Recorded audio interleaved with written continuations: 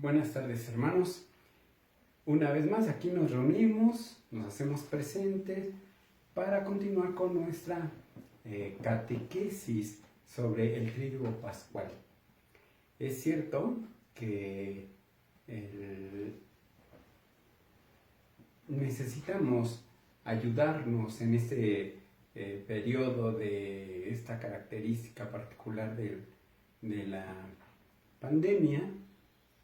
Como cristianos, ayudarnos, motivarnos en la fe y también en el ánimo para atravesar esta situación que nos es adversa, pero que al mismo tiempo nos brinda la oportunidad de estar en casa, con familia, compartiendo también la fe y también como iglesia hacer este servicio a partir de los medios para que todos tengamos estos pequeños elementos que nos ayuden a vivir. Si ya de por sí lo vamos a hacer de una manera distinta, poco común, bueno, con mayor interés, también que nos ayuden a enriquecer nuestro concepto, nuestra comprensión, nuestra vivencia y celebración del Tríduo Pascual. Quiero recordar que este ejercicio es meramente el afán de acercarnos a través de unas sencillas catequesis sobre estos misterios que celebramos en el Tríduo Pascual. No son academias, no son exposiciones, digámoslo de esta manera, no son situaciones de cátedra. No se trata de eso, es una sencilla catequesis. Lo único que hacemos es recoger algunos elementos que nos ayuden a nuestra meditación y a nuestra vivencia actual de este misterio fundante de nuestra fe, la resurrección de nuestro Señor Jesucristo. Y sí, claro, el Tríduo Pascual en cuanto a su pasión, muerte y no olvidemos la resurrección. Para mí es importante resaltar esto, porque no podemos vivir los días o los momentos del Tríduo Pascual de una manera separada. Debemos considerar que celebramos en el todo un misterio, el misterio ya transmitido de los apóstoles a nosotros y por tanto no en partes, sino en el todo. Ahorita haré un señalamiento que es muy interesante desde la eucología, lo cual me lleva a recordarles que vamos a abordar el misterio pascual, lo estamos llevando a cabo por los días, pero recordarles que son 3 ejes concretamente que estamos considerando. La primera es la parte eucológica, o sea, las oraciones, la oración colecta, la oración sobre las ofrendas, etc. Las oraciones. Segundo elemento, la liturgia de la palabra. Las lecturas, el salmo inclusive, respecto a la liturgia de la palabra, y también en algún aspecto, y concretamente ahora el viernes, el día Viernes Santo, la oración universal. Entonces, eucología, oraciones, liturgia de la palabra, y el tercer eje, los ritos propios, o sea, lo que corresponde al día jueves, lo que corresponde propiamente al sábado, al viernes, al sábado y al domingo. Son estos 3 ejes donde nos estaremos moviendo y agregaré uno donde retomaremos algunos ejercicios de piedad. Concretamente el Viernes Santo, pues sí, tenemos 2-3 ejercicios de piedad que dependiendo cada latitud, cada comunidad lo celebra o los tiene contemplados en sus celebraciones litúrgicas. Vamos pues entonces con estos tres ejes para no explayarnos en tantas otras cosas. El Viernes Santo pues es el Viernes Santo de la pasión de nuestro Señor Jesucristo. De la pasión de nuestro Señor Jesucristo. Si bien podemos considerar que el Triduo Pascual se inicia desde las primeras vísperas, en este caso son primeras vísperas, o las vísperas del jueves por la tarde. Pero ya sabemos que esta celebración se considera como las primeras vísperas del Viernes Santo. Entonces tenemos ahí este pequeño aparente desfase temporal. Recordemos que nosotros, para dejar acotada esta cuestión, porque nos pueden abordar muchas dudas respecto a las horas, respecto a los días concretos, nosotros no celebramos meramente efemérides, estamos celebrando un misterio, estamos celebrando el misterio de la pasión, muerte y resurrección de nuestro Señor Jesucristo. Probablemente los acontecimientos narrados no obedezcan tanto al modo en que nosotros medimos el horario actual, o que correspondan par a par en los horarios que nosotros estamos acostumbrados a considerar. Sin embargo, la Congregación del Culto Divino y la Disciplina de los Sacramentos ya sabemos que nos invitan a que vivamos los eventos litúrgicos a la hora más oportuna, pero también a la hora más cercana en que sucedieron los eventos que conmemoramos. Pero no es una cuestión cronométrica, no es nada más ver a qué horas pasó y a qué horas tenemos que celebrarlo nosotros. Entonces es simplemente considerar que nosotros estamos en el tono de celebrar la pasión, muerte y resurrección de nuestro Señor Jesucristo. Lo primero que vamos a señalar es que esta obedece a una antiquísima tradición eclesial. Ya desde mucho tiempo atrás se viene gestando la manera en que conmemoramos el Triduo Pascual. Así que hacemos un gran recorrido, el cual omito para no extendernos. Sin embargo, sí saber que esta celebración se fue constituyendo y se fue estructurando al pasar el tiempo. Los apóstoles no recibieron de una vez para siempre y terminado el modo en que se celebra o se conmemora la Pascua, sino que fue todo un proceso de siglos inclusive. Lo que entonces vamos a tomar como directriz es la versión del Misal Romano en su tercera edición típica del año 2000, que nos reporta ya dentro del mismo misal, como ha sido desde el misal del 75, inclusive el del 72, ya nos reporta cómo se celebra el Triduo Pascual, el orden en que se celebra el Triduo Pascual, exaltando ante todo los elementos litúrgicos y señalando como convenientes en algunos los actos de piedad. Y yo me voy a centrar en los actos litúrgicos y los actos de piedad, y al final simplemente los comentaré para hacer ver que no es que uno olvide los actos de piedad o los infravalore, sino simple y llanamente para saber que estos tienen a veces una connotación cultural o alguna connotación meramente temporal. Lo que rescatamos es el ordenamiento que nos presenta el ritual y propiamente el misal romano.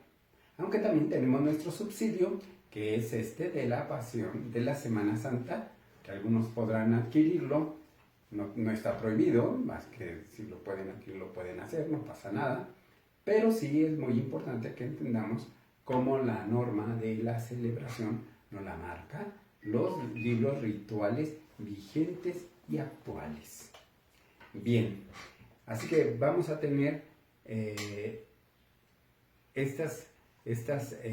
estos momentos del Viernes Santo en tres momentos específicos. Primero, la liturgia de la palabra. Segundo, la adoración de la cruz. Y tercero, la Sagrada Comunión.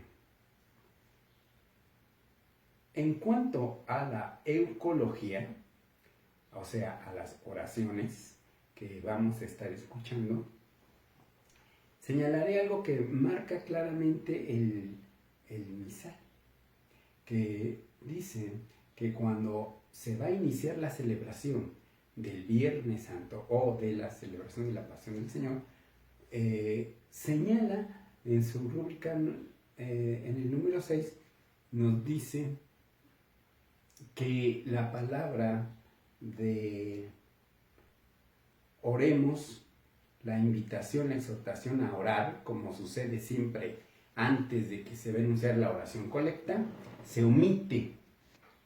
Y quisiera hacer este señalamiento porque es característico. Todos los domingos, e inclusive en todas las celebraciones eucarísticas, generalmente el que preside hace esta exhortación del oremos, invitando a toda la comunidad, al pueblo, a unirse a las intenciones que ya se presentaron o las oraciones con las que nos unimos para las peticiones comunitarias o el de toda la iglesia. Entonces, se quita esta exhortación en el oremos por una razón que es muy importante y muy significativa. Cuando nosotros como iglesia nos reunimos para la celebración del Tríduo Pascual, nos vamos a dar cuenta cómo en los días del viernes y del sábado se va a precisamente omitir esta exhortación, como también en su momento, lo señalaremos, se va a omitir la bendición final, porque desde la óptica o desde la mística de la celebración del Tríduo Pascual, la pasión, muerte y resurrección de nuestro Señor Jesucristo se toma como una sola celebración. Por eso ni se dice oremos, como si estuviéramos iniciando la oración colecta o el formulario propio del día, como tampoco se da la bendición final, como si se estuviera despidiendo a la comunidad, no, sino se omiten estos dos elementos para mostrar que todo el Tríduo Pascual, pasión, muerte y resurrección de nuestro Señor Jesucristo, es una sola celebración, de tal manera que estamos, vamos a decirlo así, en un tiempo litúrgico continuado, aunque a nosotros de manera cronológica, pues vamos pasando los días. De ahí la importancia de poner más atención a la dinámica litúrgica que a nuestras consideraciones. De ahí por qué pensar en la invitación de la Iglesia que nos hace, que se nos hace para que vivamos estos días santos de esta manera, en la presencia continua de nuestro Señor. De esta forma salir renovados y salir enriquecidos. No perdamos de vista esta dinámica, porque uno de los mayores riesgos que yo alcanzo a apreciar es que como vivimos las celebraciones de manera separada, como las celebraciones del Jueves Santo, las celebraciones o los actos litúrgicos del Viernes Santo, luego los del sábado y finalmente los de la Vigilia Pascual, para el domingo, lo que podemos caer, mejor dicho, lo que se puede provocar es que nosotros vivamos los aspectos del misterio pascual de nuestro Señor Jesucristo de una manera fragmentaria, dividida. Y entonces así vamos a ver cómo desde la piedad el Viernes Santo tiene una gran carga que ha marcado por muchos años, por muchos siglos inclusive, ciertos segmentos de nuestra iglesia, en donde se exalta mucho el sacrificio de nuestro Señor Jesucristo, y no creo equivocarme, pero si se dan cuenta, pasa el triduo pascual, entramos a la cincuentena pascual, y parece ser que después del domingo de resurrección, como si regresáramos al tiempo ordinario, olvidándonos de que estamos en el tiempo de la Pascua, porque entonces ya no hace eco para nosotros la alegría de la proclamación de la redención, en este caso de la resurrección de nuestro Señor Jesucristo. Inclusive pensamos que de hecho vivimos en este año pues de una manera muy específica por lo de la pandemia, pero de ordinario en la Cuaresma se exaltan mucho los signos cuaresmales, tanto los signos cuaresmales como las acciones cuaresmales o penitenciales, sin perder de vista, mejor dicho, perdiendo de vista que la Cuaresma no es otra cosa más que un movimiento, es una dinámica que nos va llevando a querer, a celebrar la resurrección de nuestro Señor Jesucristo. La Pascua es el culmen. Por eso decíamos que la Cuaresma nos prepara y nos ayuda. Y a veces pasa la Cuaresma y ya nos olvidamos. Sí hicimos ayunos, sí hicimos limosna, sí hicimos sacrificios, sí hicimos oración, muy bien. Todo eso está perfecto. Sin embargo, al pasar ya la Semana Mayor o la Semana Santa, ya pareciese que regresáramos a una estabilidad, a una situación de sin trascendencia, aparentemente muy ordinaria, y pues ya, volvemos a ir a misa los domingos, volvemos a asistir a la Eucaristía, muy bien, pero perdemos de vista esa dimensión. Por eso me interesa que tengamos presente cómo en las oraciones, en la colecta, en esta sobre todo que se menciona y que se omite el oremos, entender cuando lo escuchemos que no se menciona o no se enuncia en las celebraciones a las que vamos a asistir o en las celebraciones que vamos a vivir en compañía de los familiares por medio de los medios electrónicos, al ver que se omite, no simplemente decir el Padre se equivocó, sino es tratar de entender que estamos en esta dinámica de un tiempo continuado donde pareciese que desde que se comienza con la Cena del Señor hasta el Domingo de Resurrección, es un tiempo continuado, litúrgicamente hablando, si se me permite hacer este señalamiento de esta manera. Vamos entonces al aspecto eucológico del Viernes Santo. Esta oración, que estaría en lugar de la oración colecta, evidentemente por omitir el oremos, no le damos ese título de oración colecta. La oración colecta ya la hicimos ayer, al iniciar el día jueves, al iniciar la misa de la Cena del Señor. Pero sí es bueno que veamos el contenido de esta oración.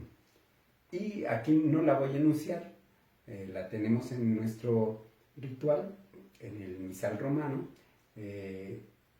lo único que voy a hacer es exaltar dos ideas fundamentales de esta oración correcta. La primera, que evidentemente invocamos la protección, la ayuda, la asistencia de Dios Padre. Y el segundo, la petición que hacemos al Padre, que es que Él nos conceda, con su gracia, asemejarnos a nuestro Señor Jesucristo. Esta idea de que le pedimos que nos permita asemejarnos, significa que nosotros retratamos, replicamos siempre la intencionalidad de todo cristiano, que es actuar de la manera en que Cristo nos lo ha enseñado. En esta etapa, en esta misma dinámica, está implícito el afán de que nosotros nos comportemos como cristianos, o sea, como Cristo mismo. Imitar el ejemplo de nuestro Señor Jesucristo.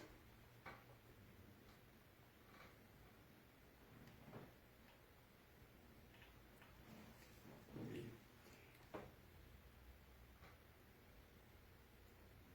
Ahora bien, esta misma oración, donde se invoca la protección, recoge el motivo del por qué hacemos esta petición. ¿En nombre de qué? Evidentemente ya sabemos que nosotros, nuestros méritos, por muy buenos que somos, etcétera, etcétera, nuestros méritos son un poco opacos. Yo jamás afirmaría que nuestros esfuerzos por vivir la vida de fe, la vida cristiana, como se nos muestra, sea una pérdida de tiempo. Algo habremos de aprender y algo podemos vivir. Sin embargo, siempre como buenos cristianos nos acogemos a la eficacia, más que de nuestras obras, nos acogemos a la eficacia del sacrificio de nuestro Señor Jesucristo. Por eso se menciona en la oración que estamos haciendo esta petición por la sangre derramada de nuestro Señor Jesucristo, y se añade inmediatamente, y por la resurrección. Esto es muy curioso. Había cierta renuencia a enunciar a veces.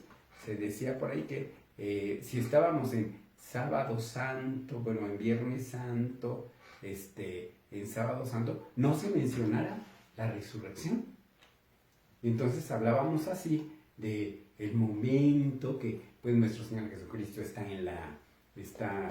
muerto, está en el sepulcro, y entonces se guardaba de una manera mística el silencio, se vivía con pesar, con gran tristeza, como de luto, y no se utilizaba ninguna referencia a la resurrección, porque no era el tiempo.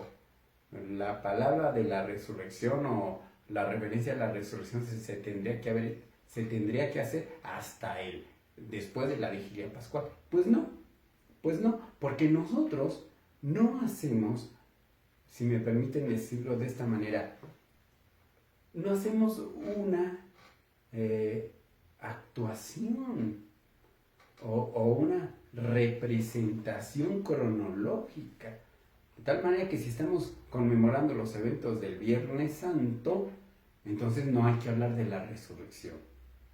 No, al contrario, hay que recordarlo, porque eso hace que, y pues la iglesia es muy sabia y por eso lo tiene así en esta oración, porque nos lleva entonces a vivir de una manera unida todo el misterio pascual. No por partecitas, sino es todo el misterio pascual, que sí inicia con la dinámica de la pasión, del sufrimiento, de la crucifixión, pero sin olvidar que culmina en la resurrección. Eso no debemos perderlo de vista. Después tenemos en el orden de los ritos, la oración después de la comunión. Recordemos que en este día no se realiza la Eucaristía. La Eucaristía y no se realiza la consagración, porque sería repetir el acto. Si hemos dicho que el triduo pascual, pasión, muerte y resurrección, es un solo evento, que sí lo conmemoramos en tres referencias distintas, sin embargo ya vimos que ya se hizo la consagración. Entonces ahora lo que se hace es el rito de la comunión, no de la consagración. La consagración ya está hecha. Y entonces se distribuye la Eucaristía. Se distribuye la Eucaristía del modo prescrito, y como lo estamos realizando ahora, no se da la comunión.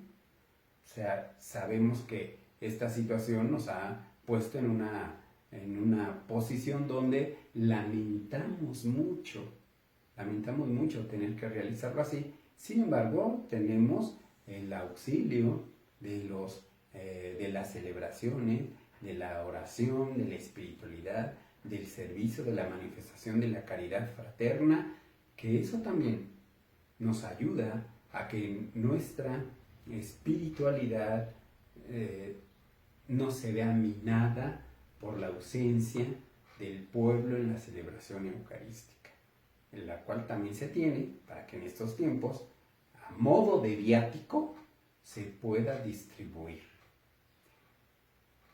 Y la oración después de la comunión tiene también un doble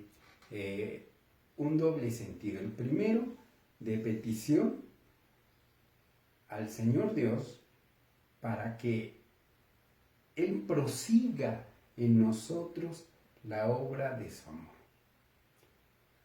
Que prosiga en nosotros.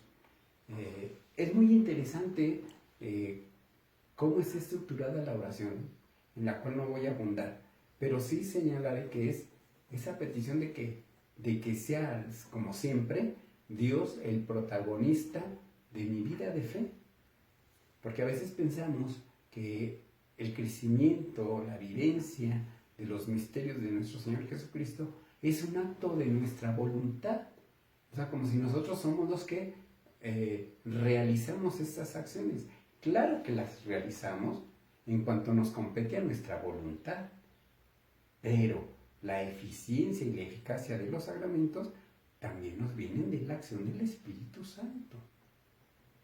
De tal manera que el que pidamos que sea Dios el que siga llevando a cabo esta dinámica de santificación por medio de la celebración de los actos sagrados, bueno, pues ya nos pone a nosotros en la misma dinámica de la petición de que nos dé el Señor el pan nuestro de cada día, que eso significa los dones necesarios del día a día para nuestro crecimiento. Y finalmente, no nada más para una petición de dones temporales, porque la misma oración nos dice que es la oración que Él nos guíe para que vayamos cumpliendo todo y celebrando estos eventos, para ser conducidos a su eterna salvación. Para ser conducidos a la eterna salvación.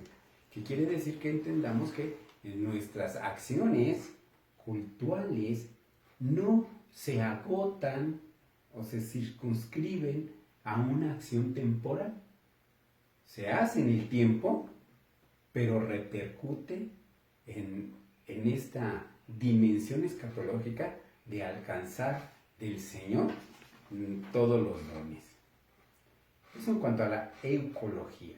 Pudiésemos abundar más, no lo haremos, pero nos servirá como señalamientos hacia dónde orientar nuestra meditación, nuestra reflexión sobre estos eventos de este triduo pascual. Vamos a la liturgia de la palabra.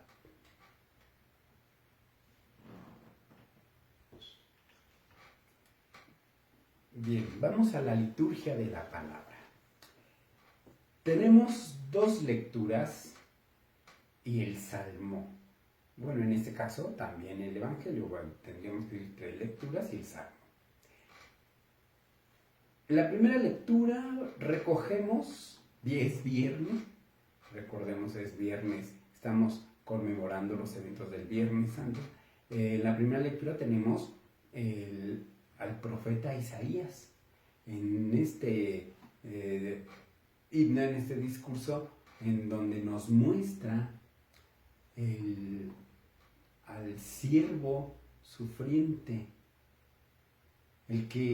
aquel que sirviendo al Señor sufre los males.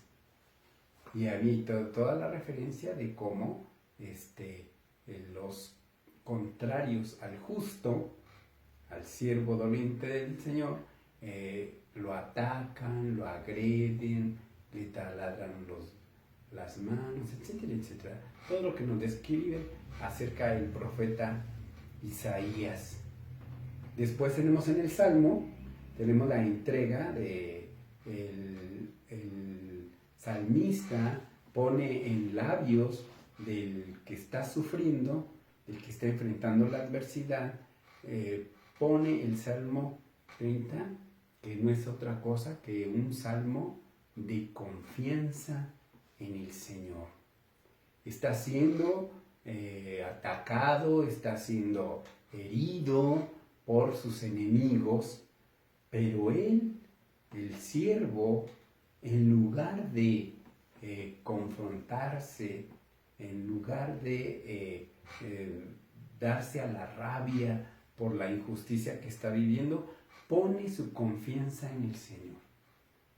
Estuve en el momento más crítico, pero mi confianza siempre fue en el Señor. El Salmo, pues, nos muestra la misma actitud que Cristo tuvo.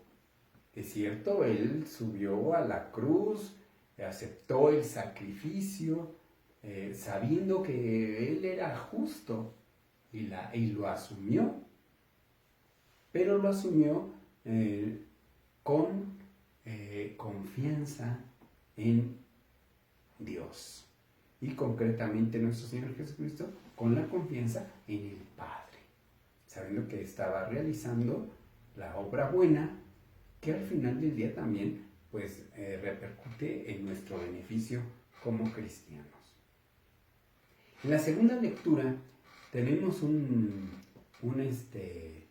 fragmento de la carta a los Hebreos, donde se saltan 2 cosas básicamente. La primera de ellas, la obediencia de Cristo. Cómo Cristo, dice la carta a los Hebreos, cómo Cristo aprendió, bueno, no cómo aprendió ahí, es una manera de decirlo. Claro que Cristo ama al Padre y claro que siempre está en orden hacer la voluntad del Padre, eso es siempre, pero de una manera matizada nos dice cómo Él, siendo el siervo, aprendió a sufrir. Aprendió a obedecer sufriendo. Yo creo que también podemos verlo de que sufrió y ahí manifestó su mayor obediencia. De tal forma que podemos decir que se va gestando la siguiente idea, que es también importante en en este pequeño fragmento de la carta a los Hebreos, que esa obediencia del hijo, del siervo que aprende en el sufrimiento, se convierte o se realiza como la causa de salvación eterna para los que obedecen. Yo sé que eso puede parecer un poquito para algunos rudo o difícil, pero es bueno que recordemos esto, que la obediencia de nuestro Señor Jesucristo es ejemplar y que entonces los que obedecemos para la salvación eterna, como habíamos dicho en la oración. Entonces, es para la salvación. obedecemos para la salvación. No obedecemos por obedecer, no obedecemos porque sea una coacción de la autoridad sobre uno, sino que es precisamente para el beneficio mayor que podemos recibir de Dios, que es precisamente la salvación eterna. Claro que de Dios recibimos muchos bienes, pero cuando hablamos en los términos de la salvación eterna, es el mayor bien que podemos aspirar, sin dejar de lado los otros, que pueden ser bienes inclusive temporales. No es que estemos contraponiendo, porque no es así. Nunca digamos, la enseñanza de nuestro Señor Jesucristo se opone a la búsqueda de nuestro bien. Porque sería verdaderamente catastrófico pensar que tenemos que padecer para poder entonces ser merecedores de la salvación, ¿no? Por lo menos al grado en que a veces se entiende en este tiempo del tríodo pascual, no, el Señor ya fue el que hizo el sacrificio, el Señor ya fue el que padeció así. Pero todas estas referencias analógicas, todas estas referencias para que nosotros lo veamos de una manera figurativa, el sufrimiento, la cruz, el esfuerzo, no es otra cosa que una manera de decir que debemos de esforzarnos para alcanzar esa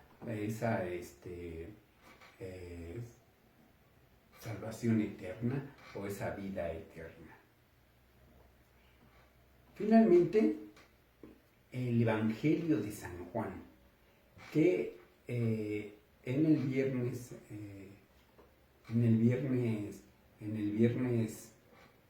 Santo se lee la pasión de nuestro Señor Jesucristo en la versión del evangelista San Juan.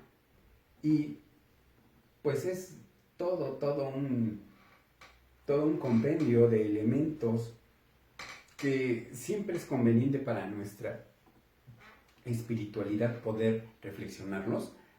Sin embargo, pues no me voy a entretener mucho en esto, lo vamos a estar viviendo y celebrando. Qué mejor lugar, más que una catequesis, en la celebración. Entonces nos viene una eficacia mayor.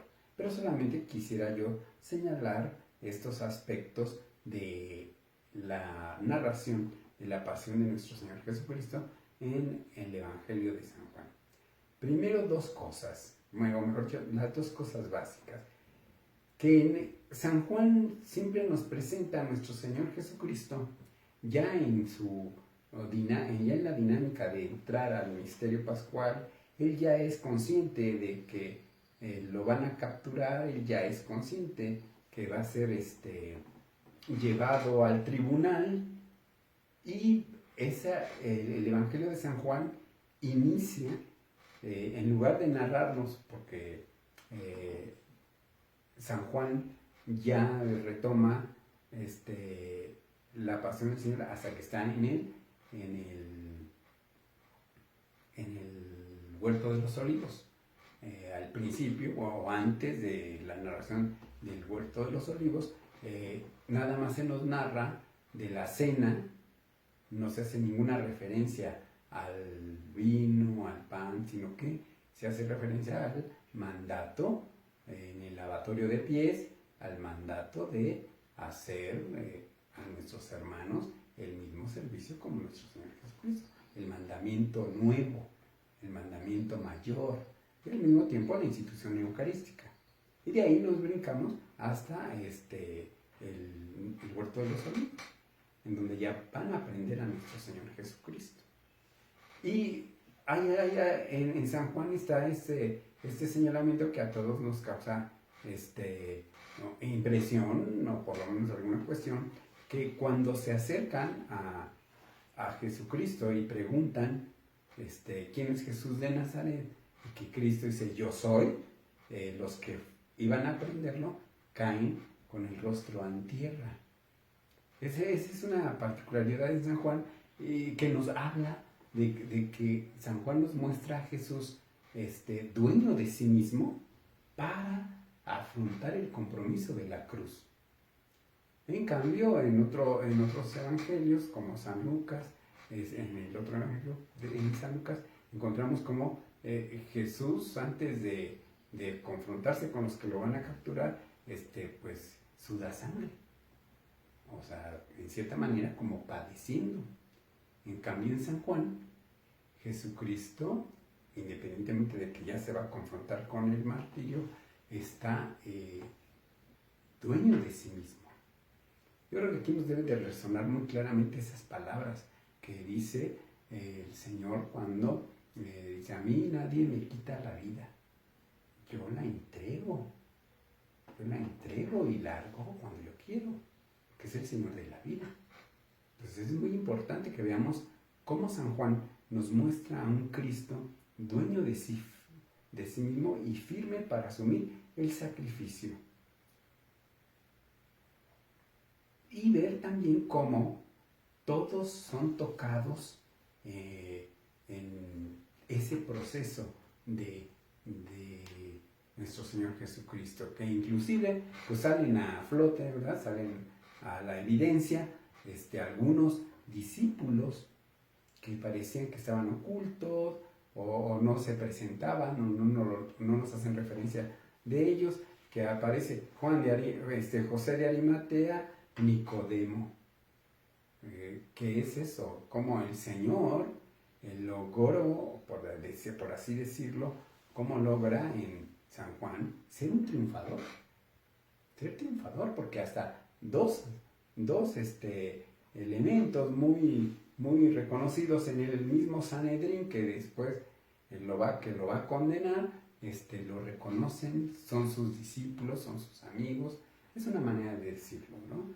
De cómo el Evangelio de San Juan sencillamente nos muestra un Cristo vencedor de la adversidad, que es una muy buena invitación para todos nosotros. Hasta ahí lo dejamos. Pasemos a la oración universal del Viernes Santo, porque tiene una característica particular. Podremos verla de una manera separada de la liturgia de la palabra. Sí, la vamos a celebrar en esta dinámica, sin olvidar que forman todo con la liturgia de la palabra. Bueno, la oración universal todos los domingos, en todas las celebraciones, siempre la oración universal forma parte de la liturgia de la palabra. Y la característica de esta oración universal es que se convierte, podríamos decir de esta forma, en el modelo para nuestras celebraciones y las oraciones de la oración o las peticiones en la oración universal. Se concreta entonces un modelo en donde las oraciones van iniciando por pedir por la iglesia. Esta es la secuencia que se tienen de las oraciones en la liturgia de la palabra, que es pedir por la iglesia universal, y después pedimos por el Papa, pedimos por el pueblo de Dios y los ministros, por los catecúmenos, por la unidad de los cristianos, por nuestros hermanos en la fe, los judíos, por los que no creen en Cristo. Dice, por los que no creen en Cristo, y luego por los que no creen en Dios. Entonces, es para poder incluir también, y que sepan que también nuestra oración es válida para ellos, los que se proclamen ateos, se consideren ateos y demás. No importa, hacemos oración por ellos.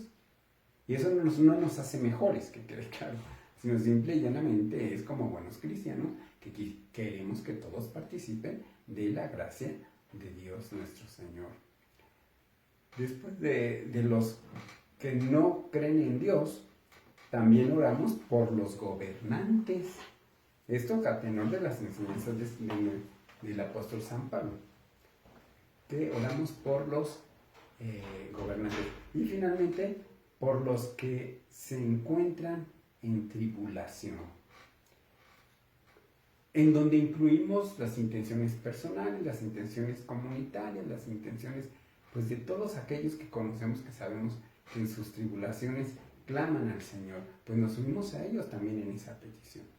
Si de por sí sabemos que nuestro Señor Dios es bueno y nos asiste cada vez que se lo pedimos en el nombre de nuestro Señor Jesucristo, también con suma razón el que como hermanos nos unamos en la oración de petición para nuestro bien y de todos aquellos que amamos, queremos, y todavía más por aquellos que no queremos o que sean contrarios a nosotros.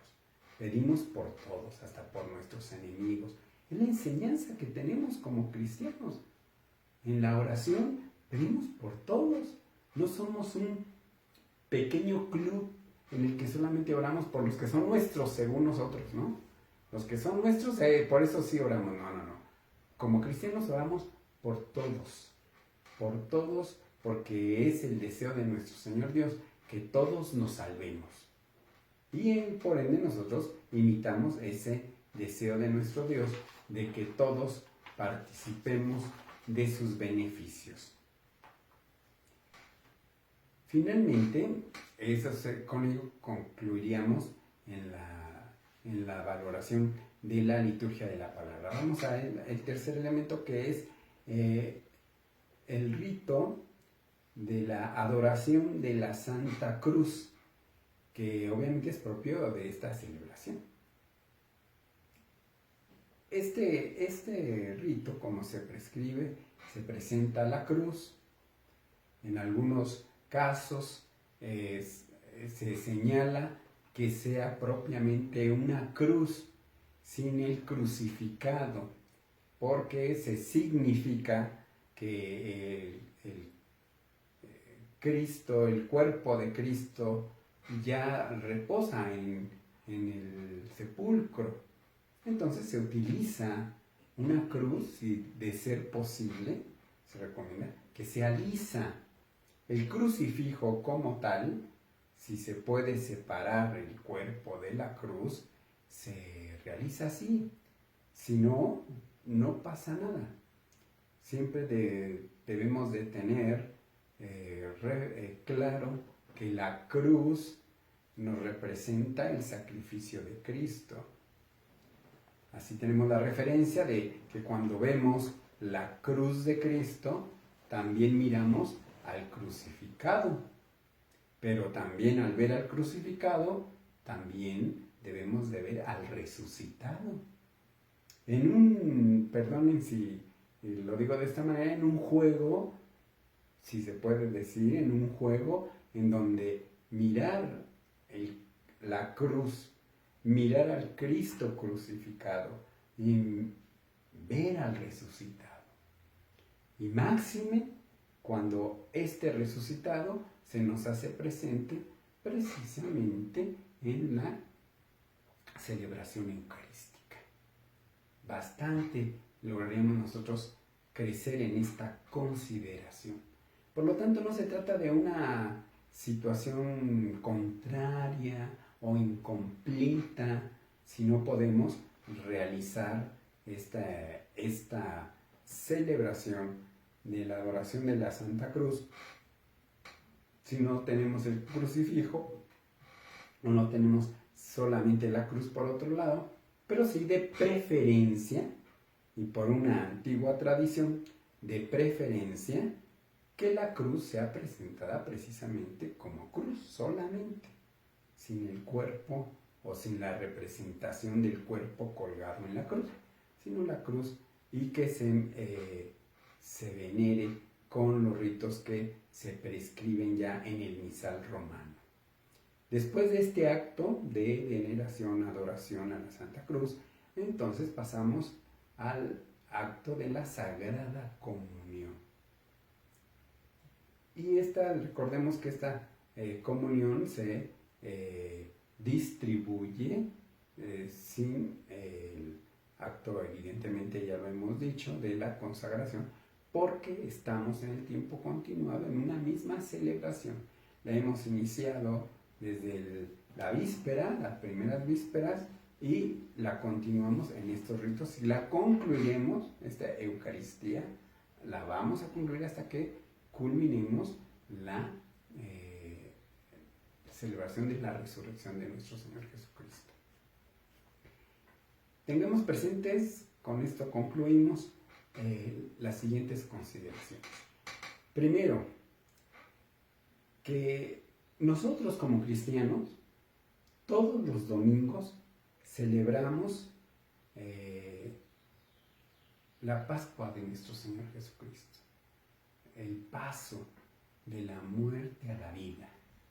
La conmemoramos todos los domingos, de manera muy especial, de manera muy enriquecida por los signos, las lecturas, las oraciones, lo que hemos estado repasando, que seguimos repasando mañana y pasado, en estas tres consideraciones: las oraciones, la liturgia de la palabra y los ritos propios de cada día. En este día concreto, el rito que refleja el momento en que estamos celebrando, pues es precisamente la conmemoración del el sacrificio de Cristo, la cruz. Pero nunca olvidemos que el eje, lo que nos congrega, lo que nos une, es celebrar la Pascua de nuestro Señor Jesucristo. 2, que efectivamente enfatizo que no vivamos estos, bien, que exaltando o resaltando, mejor dicho, que celebramos la pasión, muerte y resurrección de nuestro Señor Jesucristo, entendiendo que la finalidad es llegar a la celebración pascual, la alegría de la salvación y de la redención que el Señor nos ha ganado. No vivamos entonces estos días estancándonos o atorándonos simplemente en el aspecto doliente del Viernes Santo, de tal manera que pareciese que estamos llamados a vivir un momento en que debemos de estar como de luto. Insisto, no quiero decir con eso que faltemos al decoro, faltemos al recogimiento, a la consideración de esos sagrados misterios, y concretamente en este momento de la muerte del Viernes Santo, que ciertamente consideramos estos eventos lamentables que pudiésemos lamentar en su momento, pero no lo hacemos porque sabemos que gracias a este sacrificio de nuestro Señor Jesucristo nos ha ganado la redención. No por mérito nuestro en absoluto, sino que qué bueno que podamos consolarnos y que podamos alegrarnos de tener un Dios tan bueno, tan misericordioso, que manifiesta su gran amor en la persona de su Hijo. Entonces, sí podríamos experimentar una cierta pesadumbre por ello, por el sacrificio, pero debe de arrollarnos entonces la alegría pascual y ser agradecidos con Dios porque nos ha ganado a través del sufrimiento y de su obediencia, como escuchamos en la liturgia de la palabra, nos ha ganado la salvación. Entonces debemos vivir no estancados en el dolor, sino impulsados hacia la alegría pascual de ser redimidos por nuestro Señor. También que tengamos en cuenta la dinámica del misterio pascual. A veces también hay elementos litúrgicos que se nos pasan y no los consideramos a tiempo, pero vean cómo quiero hacer esta referencia a los colores litúrgicos. Ya acabamos la cuaresma ya se acabó.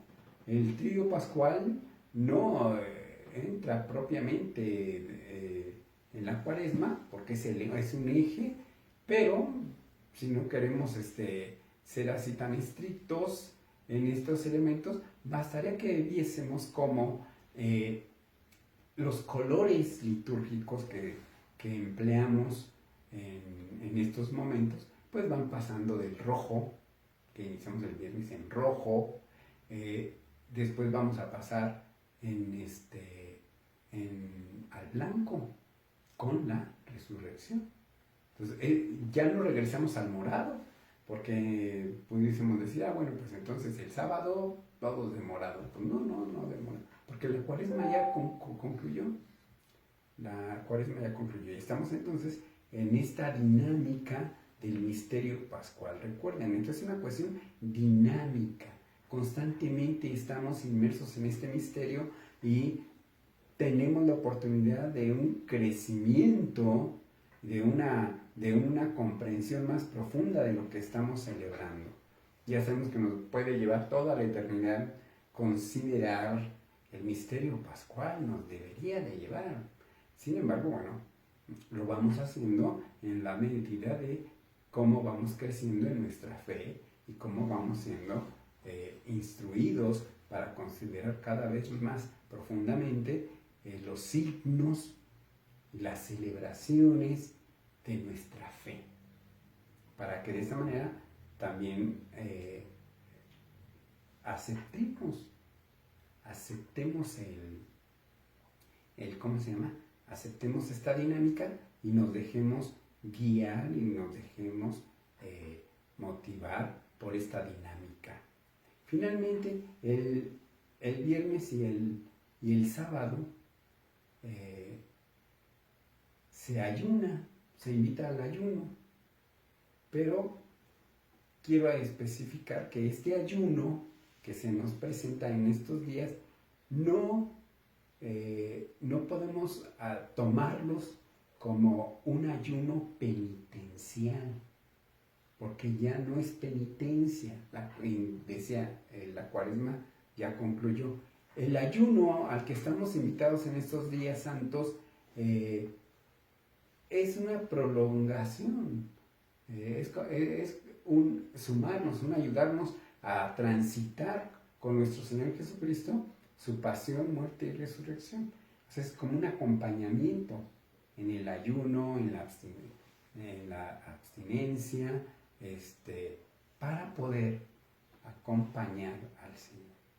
Es una especie de unirnos a este evento redentor, pero no en términos, como decíamos, de entristecer y quedarnos en lo doloso, sino ante todo en lo gozoso de lo que alcanzamos.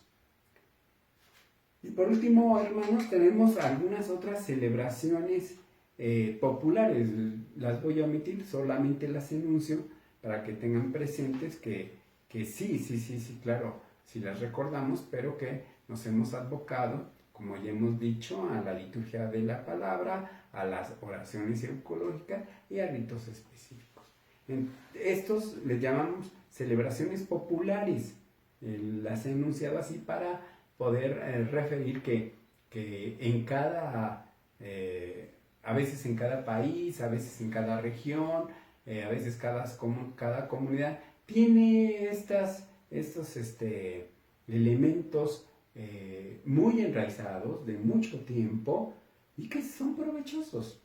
No es que se descarten, son provechosos y que los hemos de vivir. Así tenemos el rezo del Vía Crucis, que se va especificando a veces en una gran diversidad de formas, se hacen de manera dentro del templo, se hacen las visitas de las 7 casas, todo esto ayuda, son actos de piedad que ayudan, pero ya vemos cómo el hilo conductor no es otra cosa que el mismísimo misterio pascual de nuestro Señor Jesucristo.